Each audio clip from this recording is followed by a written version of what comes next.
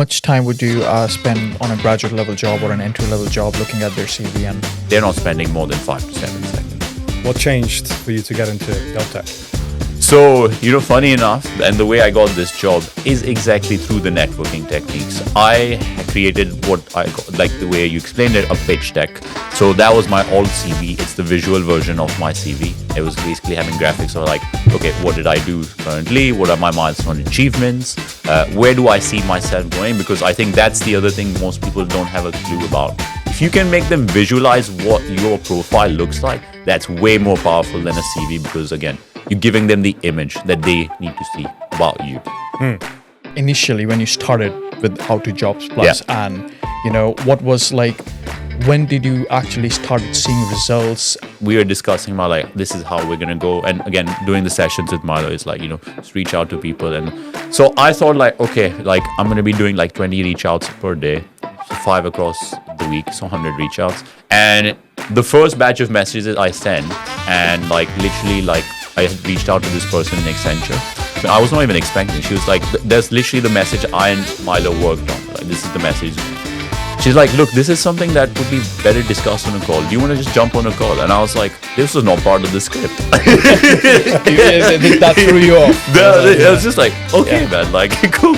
I'll just jump on a call. Yeah. So day one, hit. yeah, exactly.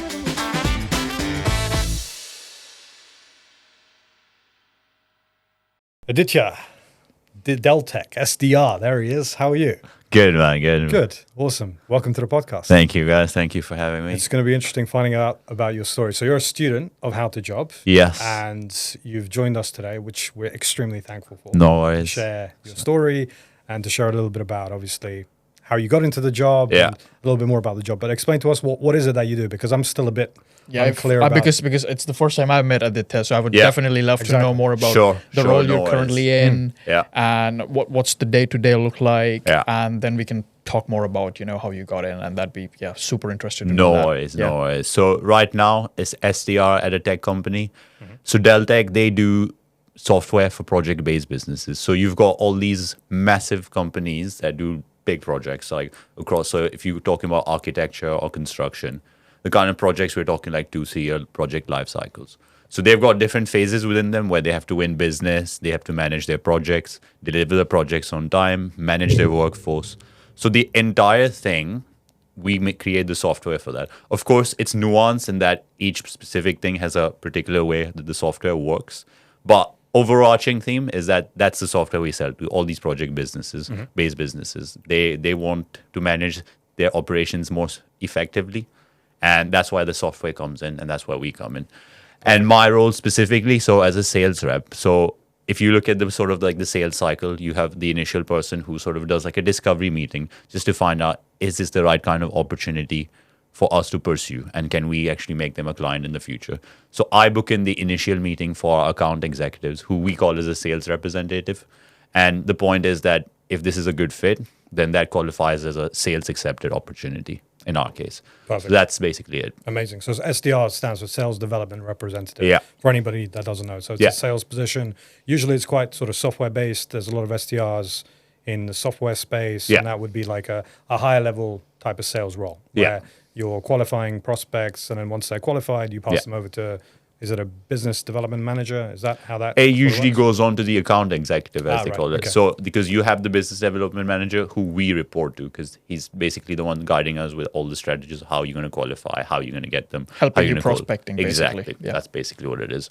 So that's usually we're passing out to the account executive, and then he, of course, goes into the detail. Basically, you qualify the lead, make sure it's an actual lead, and it's going to convert, and then you pass it to the account executive who closes the deal? Or That's is bang that on. the sales? So it goes, of course, further down the process. You get the most technical people coming in to evaluate, like, how can we actually dive into, like, okay, what part of the software are they really talking about? Because it depends on who the stakeholder is that they'll be speaking to. If it's somebody who's more technical, naturally the conversation will go down that line. If you're talking to a CEO, his focus is completely different. So then that's a very different conversation. Depends on who the persona is, of course, because that's the approach we take. But account executive is more the one seeing, like, let's get the deal through, and then the commercials and everything come in further down the line. But that's where I stand. So I'm literally the first part of the process. Very interesting, man. So it happens because of you. Basically, man. That's a very interesting. If I don't do it, then the company's gonna say somebody's got to do it. I have a quick question on the back of that. Yeah. What sort of companies are like, so when you go for when you're reaching out, when you're prospecting, what sort of companies you're after? Or is there like a particular market cap? Are they have to be like a mid to large size company, or what sort? Like, do you have some metrics in those? So I am in the mid to enterprise level. So any companies, ideally 20 employees or more, I'd be looking at. And again, the focus is they need to be doing projects. So there could be like companies within the architecture space, but some of them are even do like operations side of the constructions, and they're not involved in projects. They're just involved in the manufacturing. That doesn't qualify as what we consider an ideal prospect. Because they don't need a software for that. Because they don't have a project which we can sell the software to. So it qualifies as anything that does projects, basically. And what would you say is the biggest sort of skill to actually be successful in the role that you do? So I think what's really underrated, and I think I see this because again, the mindset of an SDR based on what I see is of course you have to close the deal and like use the right closing technique, which does not work when you're talking at a deal sizes where things are going in the millions now. Because the bigger the decision, the consequences are more if they get it wrong. So you're trying to identify their needs, which means you need to be listening to what they have to say and really pitch into their problems, really as if you're being a consultant to them in that very position. I think that's the most underrated skill of being an SDR, is if you can listen and sort of identify where they're having their problems, how much it means to them, and can you actually offer a solution which really aligns with them? Because it might be the case that you might have a solution that doesn't align with them, but if you can give them the advice to say like, this is the kind, then they trust you. And then that's when it starts to be like a snowball effect where even if they're not with you as a client, they'll be like, we'd be happy to refer you. That relationship has been built. Exactly. And you can use it to, get more clients, get introduction to more clients within the same industry. That's very interesting. It's a really good answer as well, because I'm glad you didn't just say communication or sales. So you just went into the perfect thing that people need to think about, which is, hey, it's listening, it's qualifying, it's asking the right questions, and it's also sort of like following the 80-20 rule, which is like get people to speak more than you speak. Absolutely. Especially in sales, I think that's really important because you want to understand the prospect. Yeah. You want to understand what the issue is. And then once you figure out if they're the right fit for you or your organization, then you know how to sell to them. Yep. And that's a really good thing. And I don't think SDRs really know that. I think business developments, account executives get to that level, which is like, okay, I'm going to listen more and then sell less or pitch less. Pitch less, yeah. So that's really interesting that you say that. Yeah. Amazing. Let's look at life before you got into this role, because naturally we work together. We're going to go into this in this podcast of how you got into this role. But life before getting into this type of company, what was that like? Because you were applying, things were a little bit slow. You kind of are going to go into a few things that I guess most people go through today, which is it's a tough market. Yeah. And that's basically, I was going to start on that. Like, we are at a time where I think because of how the economic situation is, and we have an overload of maybe international students that are coming in, because a lot of international students have coming in compared to before as well. But the number of jobs that are there for that is not equally reflected, so which makes it obviously more competitive than it should be. And I was basically in the same boat as like applying and getting nowhere, because again, you see on LinkedIn, you apply for a job and you already see 200 applicants on it. I've gone. You just see 200 applicants and you're like, wow, am I actually going to get considered? First, you apply, of course, you're like, oh, I have to do it, apply. And then you just reach a point where you're on autopilot, but like, you're like, there's no result here. Like, I'm just applying with no actual like reflection of like, where is this going? Same, that was the situation. Like, just literally going nowhere, trying to make a cover because people say, okay, you can personalize this. But that's the thing. I never actually thought about how do the hiring managers on the hiring side actually see this, because most people are just thinking, like, if I put a CV and a cover letter, they're going to see it. Well, if you have 200 applicants and you've got 40 hours you're working in a week, considering these people also do other tasks, well, that's literally like you're talking about 5 to 10 seconds. And that's why I realized, because I was working in recruitment, and that taught me so much about how you actually read CVs on the other side, because I was in that role. And then I'm just looking at CVs and I'm like, yeah, if I think about it, I'm only spending maximum 10 to 12 seconds. Mm-hmm. Not even like anything more than that. Like anything more than that is like if it's a very senior role, because I was working in executive search. So okay, the recruitment is a bit more refined and more. But if you're talking for like normal like graduate levels, you're not going to be spending that much time because it's again like it's just a entry level. So how much time would you spend on a graduate level job or an entry level job looking at their CV? And so again, I've not been in this myself in this space, but I imagine those guys again, they're not spending more than 5 to 7 seconds on this. Seconds. They're not at all spending. And when you say 200 applications on LinkedIn, that's just one job board, and there's another 15. There's their actual company website as well, and then there's of course there's the easy applies, and then like let's say Reed, whichever like. Indeed. Will be like Indeed, 500. yeah. Pull the names out. I mean, those guys pull in so many CVs. So then they have 1,000 CVs, and then they think, okay, I'm gonna probably read like 10 of these. Then and out of those 10, they'll select maybe 1 or 2. Yeah, and then they'll interview those 2 people. So that's the process before. Yeah. What changed for you to get into Deltek? So, funny enough, and the way I got this job is exactly through the networking techniques. I had created what I got, like the way you explained it, a pitch deck. So that was my old CV. It's the visual version of my CV. It was basically having graphics of like, okay, what did I do currently? What are my milestone achievements? Where do I see myself going? Because I think that's the other thing most people don't have a clue about. They're like, okay, I'll apply for this job because I need this job, and then I'll get in and I'll figure it out. But it's like, companies want to figure out if you want to stay with them for some time, right? So you want to give them a little map of like, okay, this is where I see myself going. And then they're like, interesting, because, this guy sees a future here. He's got clear direction. He aligns with the values that we have. And that's what I did. I basically reached out. I saw on LinkedIn and it had the hiring manager's name on it.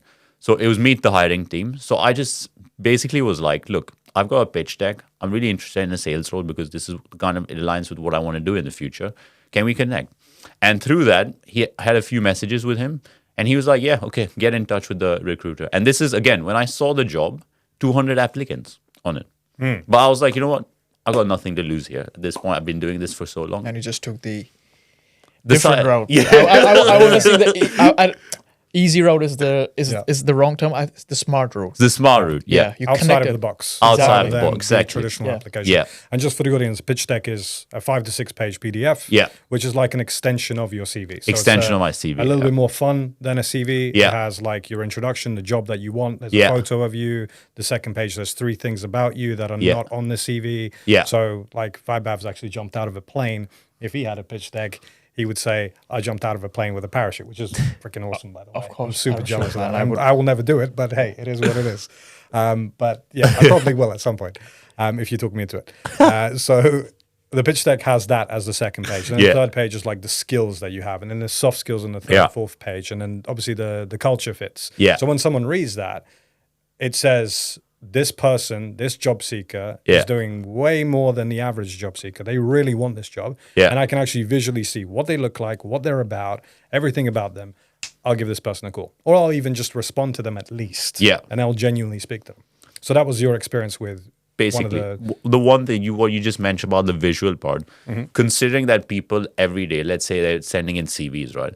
Even they are bored of just reading things. Because they're just looking at it and like considering we live in an attention deficit economy right now, people have not got the attention to read 2-3 sentences going straight. They're looking for keywords. They're like, oh, keyword. And then like they look at the sentence and be like, oh, this makes sense. You send in something like that. That's like, okay, my eyes are seeing something different now. And I'm saying something interesting because it's a graphic. It means he's visualizing what that looks like. If you can make them visualize what your profile looks like, that's way more powerful than a CV because, again, you're giving them the image that they need to see about you. 100%. Well said. Well said. And because you've got so much competition. Yeah. There's too many people. So many. So you have to break through the noise. Yeah. And if you don't, you're going to be stuck with, I mean, how long were you looking for a position with no luck without using the networking style? So I had this phase where it took me the first 6 months, similar to most people, I guess, and they go through some even go longer than a year. I'm like, wow. So I had gone through that 6 months and I got an offer for it. But what happened was they couldn't find a client. So ultimately that got dragged on and I couldn't get with them. So the process actually dragged on basically to a year almost. And then ultimately I got to Deltek. So 6 months to a year was the whole thing. The first 6 months though, like, yeah, this is like literally dry and high, like literally trying to go in different directions, trying, like you said, the smart routes, different routes. It was just going everywhere. But then again, because I was getting the structure in, go progressively, and that's the thing, by doing these networking thing, you're actually building your interview practice, because you're like talking to people now. You're understanding how they think. You're understanding about the company. So when you're talking to someone who's an interviewer, it automatically already preps you about the company, because it's like, look, I've spoken to them and like I learned a lot about what you guys do. So now I would like to explore this further, and it shows that you're curious about them. That's where I think the standout part comes in, because you're now like engaged with the company. There's some level of connection there. That's what you need. 100%. I think. And would you recommend other people to start networking, or do you 100%, like 100%. They'll just keep applying and then hoping for the best? That's Look, not really again, like each person do their own. I'm not saying like that you need to do networking, and sure, like if it's like you say, you know, if there's already a good product, sometimes even the salespeople don't need to necessarily be good. The product itself brings the person to be like, nah, it's okay, I'll take the product. So there could be people profiles who don't need to do it, and they'll get into jobs pretty quickly. So for them, it's not necessary. That I completely understand. But if you're in the same pool as other people who are doing the sort of the similar thing to you, if you really don't find a way to like stand out, then you're going to be in the same boat as them pretty much the whole time. And like, you're not trying to like progress yourself to be in a way which makes you really unique. And I think that it's only going to hurt your chances if you don't do that. So in my opinion, I think networking is like, it builds you as a person as well. It makes you a more smart communicator. Like when you're actually like, oh no, the buzzword communicator, but learning how to interact with different people is very important. Like each person is different. So the more you develop that skill, the more you become aware of what they think, what they like to hear, what they want to know. So my advice is like, if you really want to develop yourself further and progress your skills to the next level, networking will take you there. Could not have said better. Yeah. Actually, because I think there's nothing better than experience. Yeah. And if you can experience something like, you know, presenting yourself and pitching yourself to the right people, even if you don't get a job out of that, I think it's a very good muscle to have 100%. to be able to, you know, communicate effectively, as you said, the buzzword, and you know, knowing the company, doing that a little bit of research. And I wanted to press you on that. So when you talk about, you know, you were able to, you know, practice that muscle of yours by talking to these people and getting on a call with them. How did the How to Jobs platform, you know, How to Job Plus platform help you, you know, get you ready for these, you know, informational interviews and get you prepared for that? Very good question. So before that, again, like most people find it don't. And again, so before I met the How to Job, there are people who have tried the networking approach, by the way. There's people out there, but then again, they've got the wrong idea of it. Like they've got the right thought in their head, but the way it's coming across, it's not coming across as right, because they're like, hey, I saw that you're looking for a data analyst, like for example, and then like to connect with you and like, you know, just like, and then put a full stop. It's like, you haven't really introduced any question or something about it. The part about curiosity comes in, that's important. So the part before How to Job is, if I would have done something like that, I wouldn't have any structure to it. That's the thing. Like if you don't have any structure, and that's why the structure is kind of important, because it does guide the direction in the way that you want it to ultimately, right? Because you can do it, but then you will never realize why you're going wrong. Like you might have the right thoughts, but again, if there's no structure to it, then you kind of fall short, because it's like you're missing one point that could critically like make or break your situation. Like just that little difference, it makes the difference, I would say. So the How to Job definitely brought more structure into it, and like when you keep implementing the structure and the process, naturally, then it becomes, like you say, a muscle memory. And then it's like, through your own experience, you're like, oh, if I say this is the kind of reaction I get. So now I just tailor this slightly, and let's see how that reaction changes. Does that become more positive? Yes. Okay, keep it doing on repeat. And then you keep developing that structure. And then you create your own structure, because this is like this initial guideline. But then you're like, I know this is how it works if I say it like this. So I think the How to Job brought this, very importantly, the structure to how I would consider reaching out to people. And that, of course, makes the difference. Because you followed like a workflow that someone else used before to get the attention of decision makers. Yeah. You presented your pitch deck. Yeah. People actually took you more seriously. Yeah. You weren't part of that tier 3 process that we spoke about, which is when you just apply. Yeah. You got into that recommendation process. Yeah. They saw you for your skill set and the ability that you clearly have. Yeah. Just as you're explaining exactly everything to us now. Yeah. And that in itself is what people miss, because they try that and then they hit like a little bit of a brick wall and then they kind of, this doesn't work. But if you loop around someone saying, hey, we don't have any opportunities just yet, and then you come back to them and say, well, when you do start having opportunities, what do you look for? And then you have another conversation, and that turns into an informational interview, which I think is how it worked for you. Yes. You had the informational calls, you converted the informational interviews into formal interviews, and then you got offers coming through. You can always hook everything to something next. Like that's so, and I'm very glad you touched on it. Like intention is important, and most people have intention, but intention with direction is what gets you the results that gets you you want. the results. 100%. And even for me, How to Job Plus platform was, I was like very enthusiastic. I was like, I need to do this. I need to do this, but I didn't have that direction. And you hit it right on the nail with like having that direction with the right intention. That's what gets you the results. That's a combo for winning. Yeah. And I wanted to ask you something about initially when you started with How to Jobs Plus, and what was like, when did you actually started seeing results, and what sort of results were they, and how were you able to as I said, loop into further create that snowball effect for yourself to be able to get where you are? Yeah, that's a good question. So funnily enough, we were discussing about like, this is how we're going to go. And again, doing the sessions with Milo is like, just reach out to people. And so I thought like, okay, like I'm going to be doing like 20 reach outs per day. So 5 across the week, so 100 reach outs. And be like, fine, maybe by the end of the week or so, I should like have a few conversations, because we're not even talking about like at this point, like job related. It's like, I'm getting into the thick of networking. I need to develop this skill. And the first batch of messages I sent, and like literally like, I had reached out to this person in Accenture, and it just coincidentally happened. I was not even expecting it. She was like, there's literally the message I and Milo worked on. Like, this is the message going.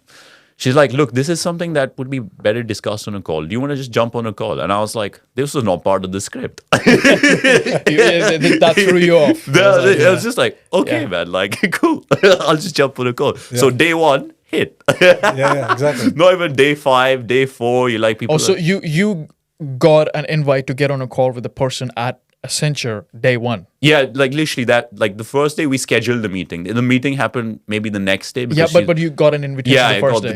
Man, literally. I didn't have those sorts of results, man. You sold me your own product. I kind of did. Man. I mean, that's amazing news, because I think people, they apply to Accenture for 6 months, 12 months. It's their dream companies. It's their big 4, right? KPMG, EY, Accenture, and all the professional services. PwC, big 4. There you go. Like, so it's first day 1. It went, and I was just surprised, because I was like expecting, okay, there's going to be another message at least before I structure a call here. It's like, oh no, let's just jump on a call. I was like, amazing. Okay. Which is really cool, right? Perfect. And a lot of people think that it's super traditional. It's like a super traditional process, which is like you send a CV and yeah. But it could be as quick as that. And when you have that call, you realize these are human beings the same way we are. Absolutely, yeah. And you can have a conversation with them. And the more questions you ask them, the better you look, and 100%. the more likely it is to turn into something interesting. How did that call go? Because I can't remember. That was quite a while back now. So that was my first call, and it was, again, it went just fine, because I think in general I treat it like a conversation in general. Like, I'm not here to like, oh, it's my first conversation. I've been, again, from uni onwards, I really loved meeting people, always trying to interact with people. So for me, it was just now adding the professional context to this. And like, it was just initially the hesitancy was there, because I didn't know what exact questions. Like, we had discussed what questions to ask through, but how the execution of that would come, it did go a little bit mismatched, because again, it was my first time doing it. But it was no means like a bad call at all. It was actually just went fine. And then ultimately she was like, I'll let you know, because right now Accenture is going through like a period of like hiring freeze or something. Hiring freeze, So that went just fine. Like, it was not like a. But the confidence boost that alone, that call must have given you. You must have just like applied for more, send more connection requests. It's emails. like an adrenaline rush just kicking in. Like, it's like, wow, this works. I can actually get it's like literally comes in like, wow, like, and then like, again, when you get that first one, and then it's like, now let's keep going. And then I want more of these classes. It's like a momentum catch and boom. And then when you started getting more and more informational interviews, you could kind of see, I'm actually going to get more than one offer on the table. Because I always tell people, look, you shouldn't hope to get one job. You should aim to get multiple offers. Select the best one. That's how your job search should be. And if you take the time to really figure out, okay, how can I capture the attention of hiring managers? How can I think outside of the box? Yeah. Then the way to think about this is, I want multiple offers. 100%. Select the best one, which is what you did.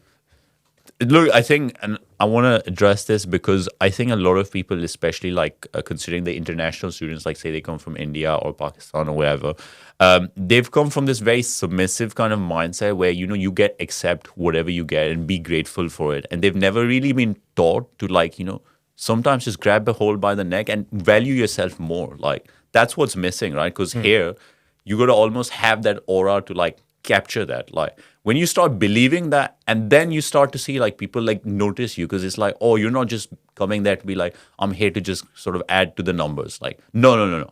I'm coming here to make myself known, and like I'm coming for a serious reason. And you gotta show that. You show that, and then people will come back to you, be like, okay, yeah, no, this guy, man, he's got it. Like, this is perfect. So then that attitude of like, got multiple offers on the table, I'll select this.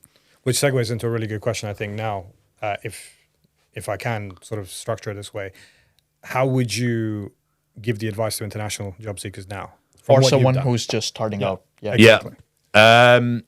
So that's actually a very good question, because it depends on the context of the situation. There's like, again, depending on where you are, you could be at a low point, you could be at a high point. It really depends.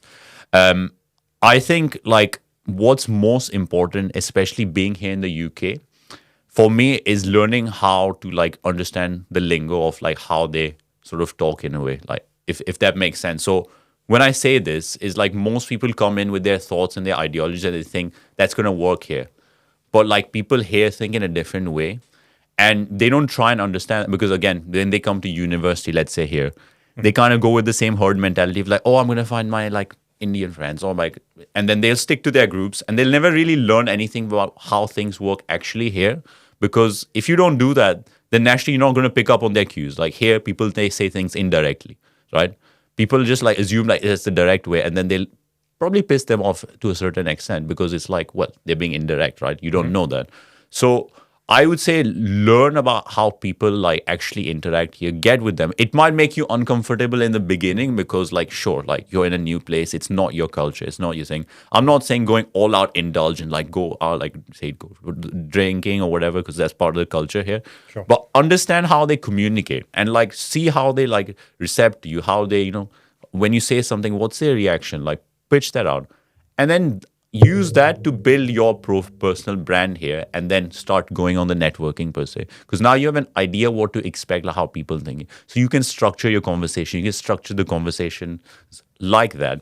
And then like that's when you will be more inclined to understand how to navigate the market, because it's like, okay, I haven't got the opportunity today, but because I had a good conversation, he'll consider me like 2-3 months down the line, or like a week from now, or he might refer me to somewhere else. Always have that like mindset of like, how am I going to like approach myself in a way, or pitch myself that makes me understand them.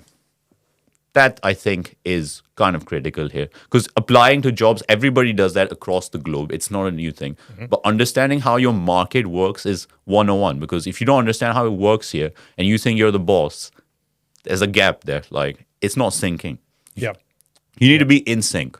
So that's my advice, really. Like, understand the way things work here. Because all the other things, like applying to jobs, you'll pick that up anyways. Everybody picks that up. Like, but these kind of things, you can't really like completely teach a person, because it's on you, right? It's you about how you pitch yourself, how you understand, how you like sort of talk to people. So that would be my advice, I think. Yeah. Perfect. And I think it's going back to the tier system that we spoke about. Tier 3 application, tier 2 recommendation, tier 1 invitation. For you, tier 2 worked, which seems to be a really common way for networking to work, because you're speaking to someone who works in a company. They actually see your profile, and then they say, this guy would be perfect for this position. So you get recommended for a position. Tier 3 is where everybody is. But also the communication thing that you've just mentioned, super important, especially for international job seekers, because you're in a new space.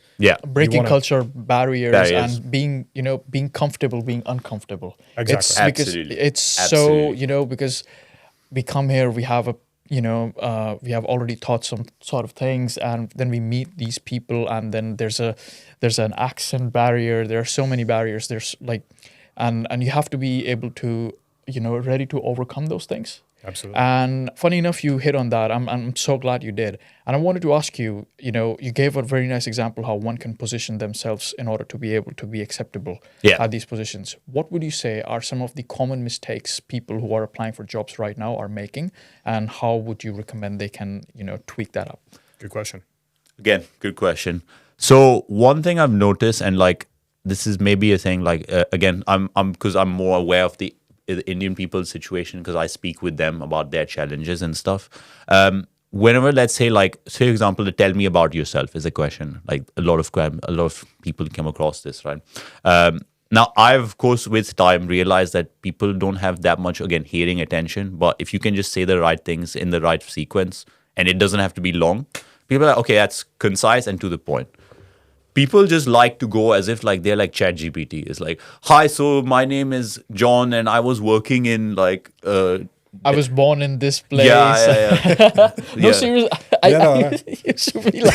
He knows, yeah. Like back. Where, but it's because, even when in school, I remember once a teacher wanted us to shut up, they would be like, okay, stand up. Tell us about yourself.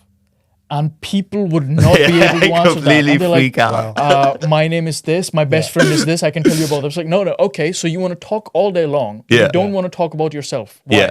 Why can't you talk about yourself? And it's so... Because we don't focus that much inwardly on, what do we want to do? What is our interests? What are we good at? And what is the bigger picture? And I think if we start focusing more on that and, having that sort of self-realization, because that gives us an idea of, okay, this is the person I want to be. And this is the company that would help me become that person or would be a stepping stone in my journey towards becoming that person. And how can I pitch myself as like, okay, your company is here. I'm a person of this kind. I really want to be able to understand situations and, as you said, consult clients. And I think your company will put me in a position where I have to make these decisions and be able to run with it. And I really want to be able to get in that position and get good at it because that leads to my goal to becoming this sort of person. Exactly right, which is structure. So as long as you have the structure, you can then really get past that question. And then going back to the question, tell me about yourself. What people usually do in an interview scenario, whether you're international, whether you're local, whatever type of job seeker you are, you're going to say an answer that takes 5 minutes. And you're going to talk about everything else apart from the important stuff. Exactly. But if you go to those main 3 points, which is these are my academics, this is my experience, and this is what brings me here today. That's all you need to do. 45 seconds and you can kill it. Literally. And then you serve up to an interviewer a platter of information. And the interviewer can say, I'll go for the... Tell me more about the academics. He has to dissect it now. Like, because he's the one... Like, if you just make that easy for him, then he doesn't... And the other thing I want to add here is, like, when they go on this pitch, they're not thinking about the personalization part. Like, how can... Like, why does this experience link me to believing that this will be right for this role? They just want to explain all the details. It's like, let's say, for example, you've trained somewhere and they tell me about your experience over there because they're trying to understand what did you learn. Like, of course, you do the details of like whatever, like say if you worked at Toyota, you worked as a mechanic, for example. But it's like they're trying to see what kind of skills did you gain as a consequence of that. They'll start explaining as a training manual. Like, so I was like bolting this wrench and like, they'll go into these details and then the guy's like, but like, okay. But how does like, that make sense to this role? Why am I actually like... That's also, what you take so much time of the interviewer. They was going to ask you maybe 2 or 3 other questions, which they will make a decision on hiring you.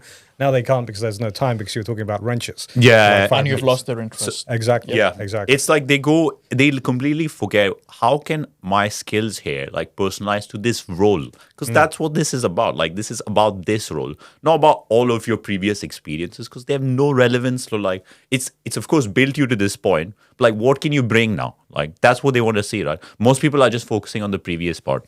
So that would be my advice is like, try and like the best way to put this is if I were to say like whatever's on my CV, how would I say that in person?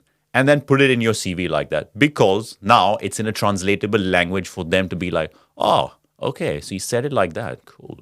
I think I understand. You know what? This sounds interesting. Let's go and actually have a chat with them. Make it like everything, cover letter, CV. Say it in a language that you would say it. Like that you yourself would see that and be like, oh, that's quite an interesting person. read that in front of a mirror and be like, wow, does this sound like a robot or am I being me? Yeah. Hence, don't use ChatGPT for everything. Exactly. It sounds very efficient and very productive, but it just works out working against you. And funny enough, you hit on that because a lot of people have been using ChatGPT and all these different AI tools to, make their CV more catchy, and get more attention. But I think that also leads to the challenges that are currently, these people are facing. And what were some of the challenges that you faced when you started out, and how did the platform help you solve them and you were able to finesse them and go ahead? So again, the way I was wording things on my CV, and again, I was not trying to think of it as okay, I did this with this benefit and what was the quantifiable metric, because that's how people want to see some kind of okay, what was the result of this achievement, where did it go? I would do the same thing of improved my communication skills by doing this. And then I improved my cross collaboration skills. They'll mention the same thing of putting this name of the skill down. And I'm just there when I think about it, I'm technically what you say from what you've done should imply that skill rather than you having to tell it. If you're having to tell it, it means you're already at a little bit of a backseat position there. Because it should imply oh, when I read this, it's he actually has communication skills because he's just done that. Wow, it's something for them to imply, be this sounds right for us when he says communication. And I was doing the same thing, typing the detail of 2-3 line bullet points, 2-page CV, just going over the board and putting everything I can, also as if almost try and overload them with information. Yep. Actually, that brings us very good, to the key metrics that company look at and having some sort of relevance and backstory to those key metrics. Of okay, I made this customer satisfaction rate go from 25% to 55% using this technique, and hence that communication skill that kicks in then. Which highlights the benefit of them wanting to hire you, because not only do you cover the logic, which everybody does, so you've got logic and you've got benefit. And a lot of people in their job search, they just cover logic. Hey, I've got experience. I want to do this job. Okay, that's logical. But what's the benefit of a company hiring you? It would be that measurable metric, which is increased customer retention by 15%. Okay, that's a benefit that the company can take. And if they can see that in you, then a company will just click. And if they see that on your CV or the way you present, it's a no-brainer, right? I would add one more thing. So maybe this is something that doesn't maybe get to make this one step further. So like you said, add the metric. But if you can align that to how the technique is and align that to some kind of value that the values that the company has. Let's say you did it in this technique and it's it makes you feel sound ethical, and one of their values is ethical. If you can capture that, that's two birds in one stone. Most people don't do it, and it includes me also, because I'm not usually looking at that that much into it. But if you really want to if you have a target company, you're this is my company, this is my dream, and you know inside out know their values, align that metric to the way that you've done it. Because if that can imply that this is the values I embrace to when I do this approach, wow, man, then they're this guy aligns with us, man. He knows. That brings us back to company culture. Because this if someone does that research, they know what the company culture is, and they're able to, present that in an informational interview or in an actual interview. That is brownie points, brownie points. Yeah. That's the little edge, in a competitive market that can just take you from being okay, I know we'll talk to him. It's dude, this guy, he gets us. That he's done the research. He's looked at us. He's going to fit into the existing team. I think we need to see him because you know what, everything he's talking right now is what we need. Yeah, that's what if you can produce that kind of reaction, bro. It's so funny because you say that, because I read it somewhere. The difference between 99% and 100% is 1%, but that 1% is the difference of someone getting that job and someone not getting the job. Yeah. 100%, exactly. Literally. What made you invest into How to Job Plus? Because obviously, look, there's a lot of people selling products online to help you get into a position. What was the defining moment for you to say, you know what, I'm going to pull the trigger on this? So here's the other thing. When I spoke to you and when I so again, when you consider these options, most people have this idea of let me pitch the services. This is what I offer, and this is what I can do for you and stuff. But what I liked with the way that you came across is you already sounded like the vibe that I was let's hustle in a different way, but we can still get there. And you kind of outline, of course, you have to be realistic about this. Is there's no guarantee on this, like absolutely 100%. But you know what? I can like develop you today that skill, and then ultimately you will get there. So I was like, yeah, that sounds reasonable. And like, you know what? Like, sure, is it, again, it was kind of out of the norm as well. I'm a kind of person who, to be honest, like I do like to go a little bit out of the norm. I'm just kind of like, that's what not drives. Legally, guys. Yeah, exactly. Sorry. Just making sure. Just making sure. Yeah. Yeah, man. I don't want. Make sure. Yeah. We have our valid visas. We have everything. Yeah, please. Just, guys, man. Yeah, I've got my documentation. Yeah. No, but it was just like, I was like, look, everybody's doing the same thing and everyone's going through the same process and I'll hear the same stories. So if I take a slightly different approach and it works for me, cool. Like, at least now I know that I have something that stands me out and makes me a little bit more different here. So I was like, and it was again building on that skill of networking because I'd done that in uni, non-professionally, but like constantly meeting people. It's like, if I keep doing that in a professional context, and probably the skill I was missing is like, how could I make this professional now? Because I already got the talking, everything is there. But it's just making it refined and making it sound, like you say, the direction adds those, like adding the touch points at the right place, right time kind of thing. So that's when I was like, okay, yeah, how to job? You know what? I think it'll give me the kick that I need to sort of like propel my sort of direction. And I'm so glad you did, because look at you now. We Here got we there are. in the end, which is amazing. So it's not what you know, it's who you know. So, you know, yeah. And who knows you? There we go. That's because that is the final nail in the coffin of you getting your dream job and not 100%. getting your dream job. You just literally put the icing on the cake now. Who knows you? People don't even realize that's such an interesting point. Like you say that, who knows you, because you know everybody. But like, if the right person knows you, he can propel you in directions you haven't seen. Exactly. That is... Things happen behind the doors that you aren't even aware of. You weren't even aware of. And with that, I think it's a nice way to wrap up the Nice way episode. to wrap And it up. Yeah, if absolutely. you have any final words, what would you like to say to our viewers? Just network, boys. Is a big girls. world out there. And girls as well. And girls, yes. Yeah. Inclusive to everyone. Exactly. No, I mean, again, I'm not gonna say like with the networking part, I've done it at scale. So for me, I really enjoy doing this. But if people have a strategic way and they know exactly what they want, this is what you need to get, because you're going to get there faster than like whatever you're thinking about. 100%. Without going through all the additional obstacles that a normal person might go through. 100%. Yep. 100%. Well like said. if you want to propel that, get this, man. Boom. Awesome. I think that's a nice way to Wrap end the it up. podcast. Yeah. Absolutely. Mic drop moment. Thank you so much. Thank you, guys. Appreciate Thank it. you.